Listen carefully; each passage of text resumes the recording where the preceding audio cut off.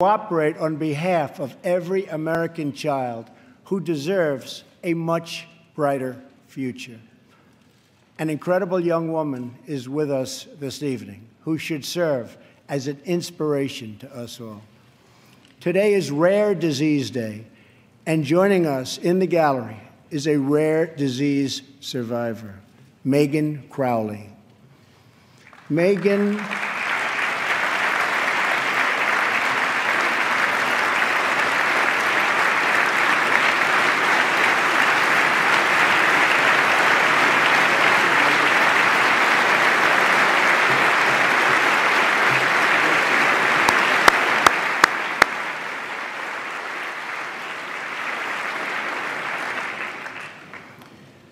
Megan was diagnosed with Pompe disease, a rare and serious illness, when she was 15 months old.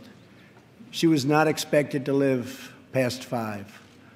On receiving this news, Megan's dad, John, fought with everything he had to save the life of his precious child. He founded a company to look for a cure and helped develop the drug that saved Megan's life. Today, she is 20 years old and a sophomore at Notre Dame.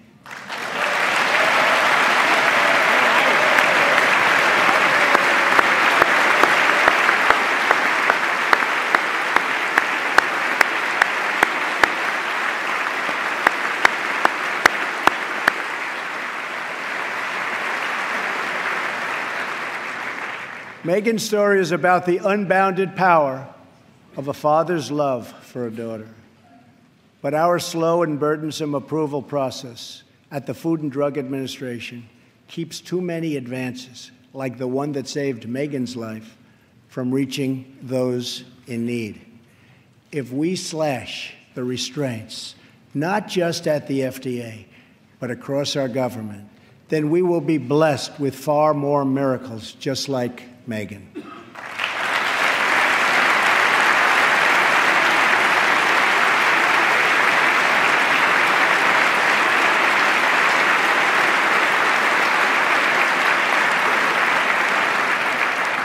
In fact, our children will grow up in a nation of miracles. But to achieve this future, we must enrich the mind and the souls of every American child. Education is the civil rights issue of our time.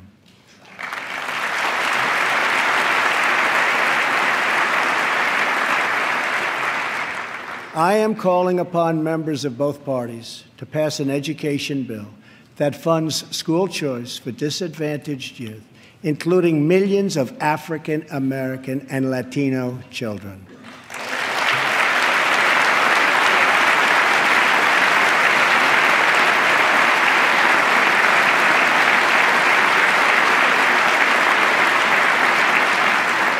These families should be free to choose the public, private, charter, magnet, religious, or home school that is right for them.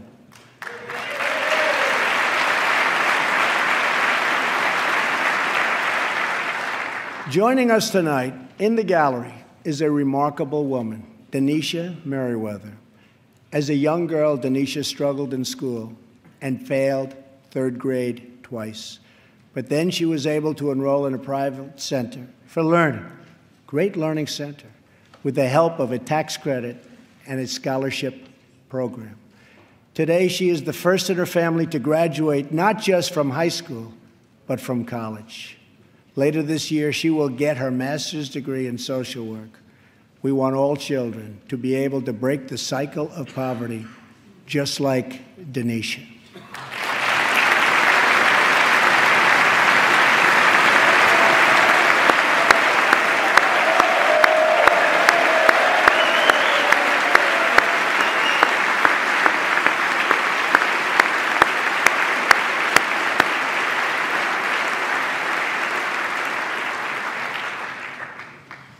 But to break the cycle of poverty, we must also break the cycle of violence. The murder rate in 2015 experienced its largest single-year increase in nearly half a century. In Chicago, more than 4,000 people were shot last year alone, and the murder rate so far this year has been even higher.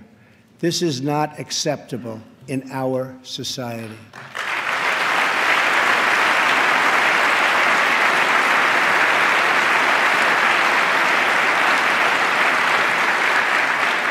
Every American child should be able to grow up in a safe community, to attend a great school, and to have access to a high-paying job.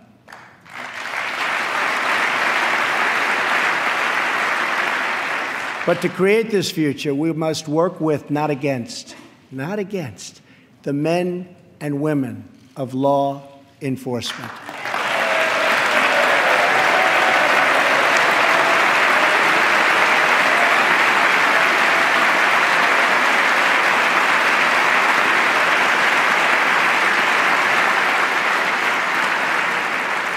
We must build bridges of cooperation and trust, not drive the wedge of disunity and really it's what it is, division.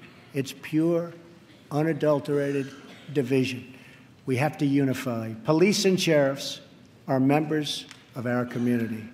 They're friends and neighbors.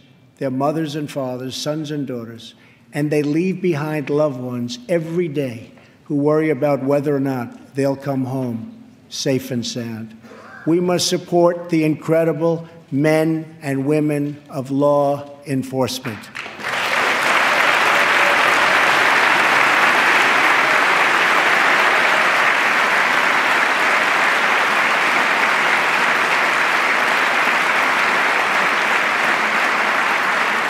And we must support the victims of crime. I have ordered the Department of Homeland Security to create an office to serve American victims. The office is called VOICE, Victims of Immigration Crime Engagement. We are providing a voice to those who have been ignored by our media and silenced by special interests. Joining us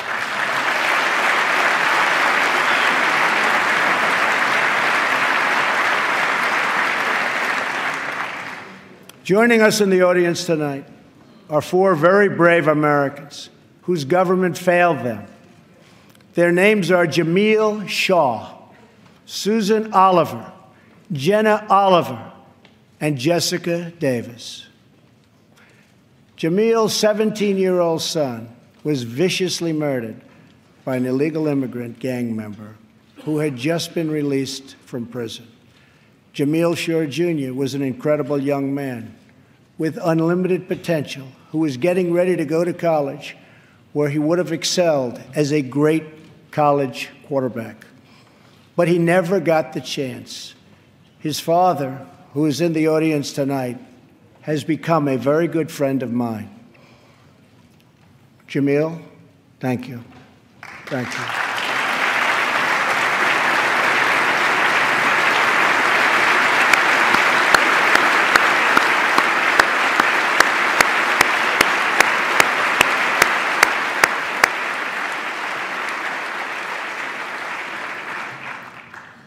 Also with us are Susan Oliver and Jessica Davis. Their husbands, Deputy Sheriff Danny Oliver and Detective Michael Davis, were slain in the line of duty in California.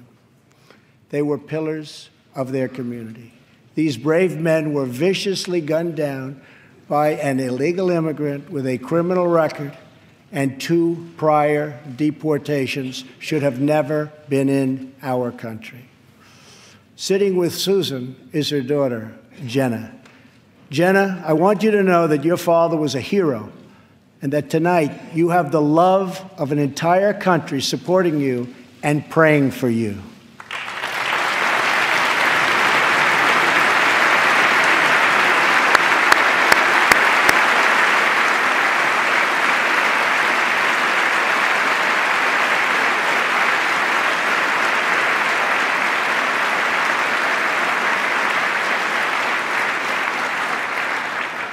To Jamil, Jenna, Susan, and Jessica, I want you to know that we will never stop fighting for justice.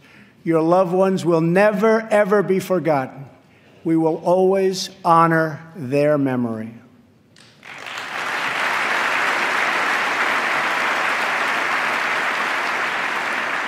Finally, to keep America safe, we must provide the men and women of the United States military with the tools they need to prevent war.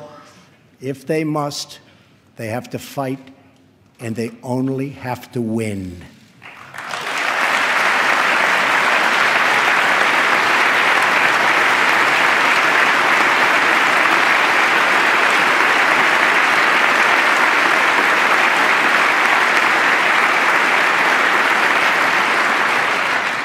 I am sending Congress a budget that rebuilds the military, eliminates the defense sequester,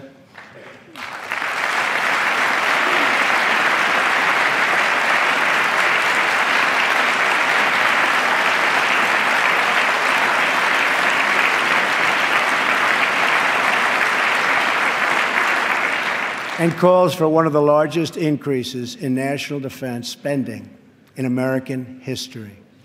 My budget will also increase funding for our veterans. Our veterans have delivered for this nation, and now we must deliver for them.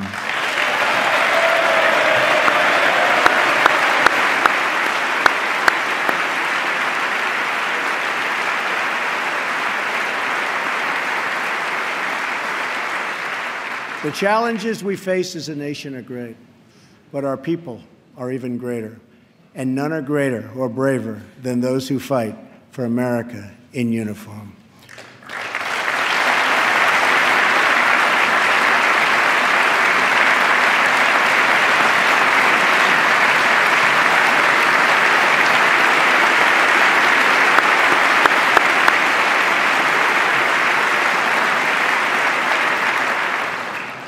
We are blessed to be joined tonight by Corinne Owens, the widow of U.S. Navy Special Operator, Senior Chief William Ryan Owens. Ryan died as he lived, a warrior and a hero, battling against terrorism and securing our nation.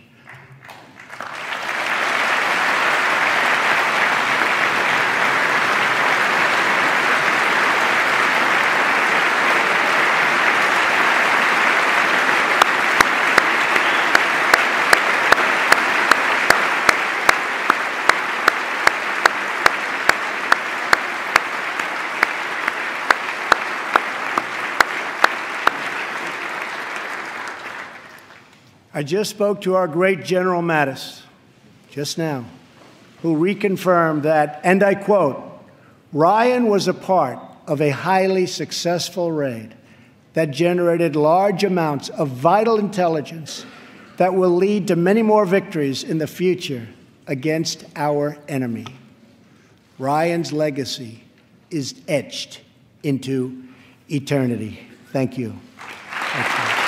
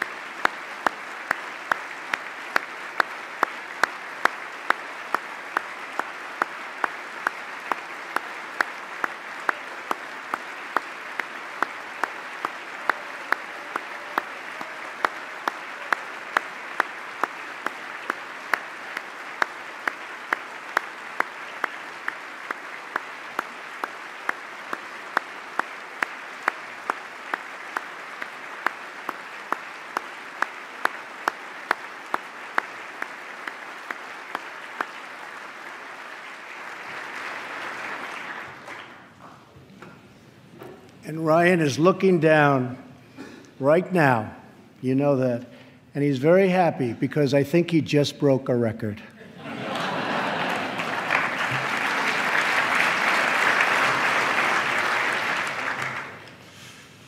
For as the Bible teaches us, there is no greater act of love than to lay down one's life for one's friends.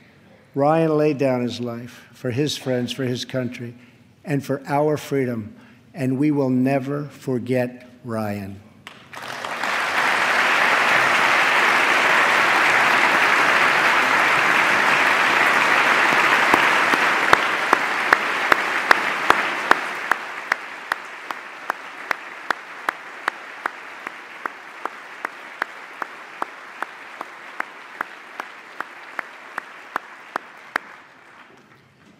To those allies who wonder what kind of a friend America will be, look no further than the heroes who wear our uniform. Our foreign policy calls for a direct, robust, and meaningful engagement with the world. It is American leadership based on vital security interests that we share with our allies all across the globe. We strongly support NATO, an alliance forged through the bonds of 2 world wars that dethroned fascism and the Cold War and defeated communism.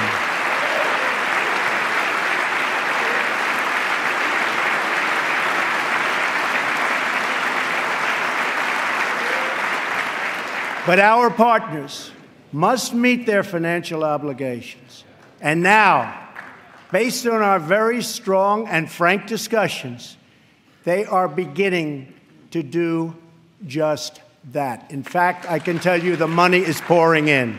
Very nice. Very nice.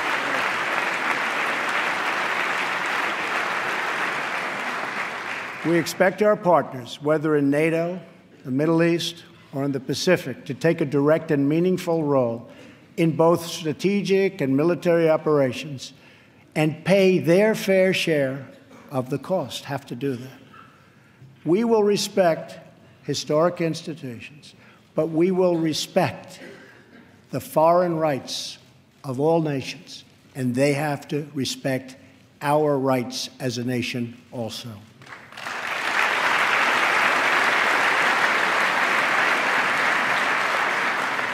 Free nations are the best vehicle for expressing the will of the people, and America respects the right of all nations to chart their own path. My job is not to represent the world. My job is to represent the United States of America.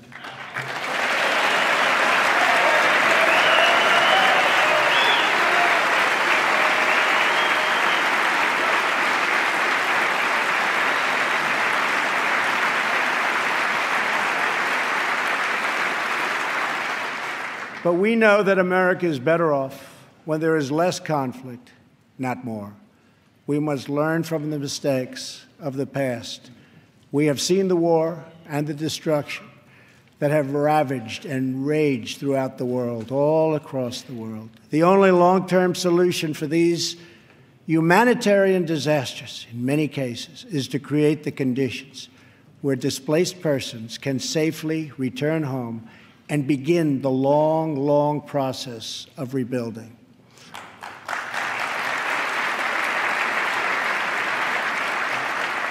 America is willing to find new friends and to forge new partnerships where shared interests align.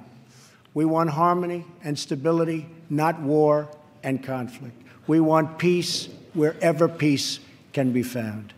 America is friends today with former enemies. Some of our closest allies decades ago fought on the opposite side of these terrible, terrible wars. This history should give us all faith in the possibilities for a better world. Hopefully, the 250th year for America will see a world that is more peaceful, more just, and more free. On our 100th anniversary in 1876, citizens from across our nation came to Philadelphia to celebrate America's centennial. At that celebration, the country's builders and artists and inventors showed off their wonderful creations. Alexander Graham Bell displayed his telephone for the first time. Remington unveiled the first typewriter. An early attempt was made at electric light. Thomas Edison showed an automatic telegraph. and an electric pen, imagine the wonders our country could know in America's 250th year.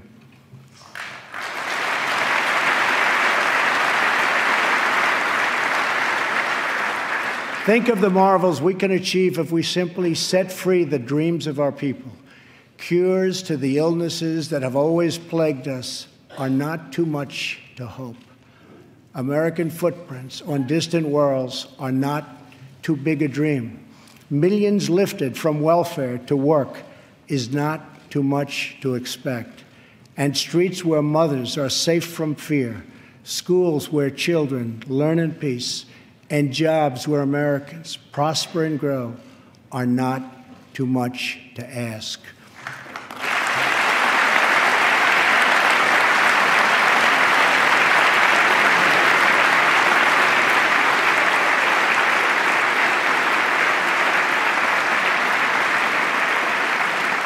When we have all of this, we will have made America greater than ever before. For all Americans, this is our vision. This is our mission. But we can only get there together. We are one people with one destiny. We all bleed the same blood. We all salute the same great American flag. And we all are made by the same God.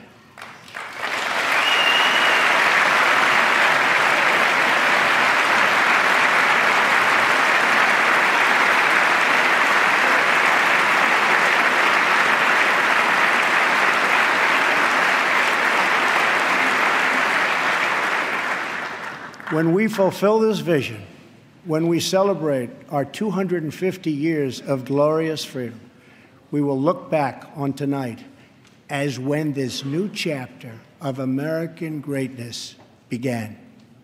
The time for small thinking is over. The time for trivial fights is behind us. We just need the courage to share the dreams that fill our hearts, the bravery to express the hopes that stir our souls, and the confidence to turn those hopes and those dreams into action.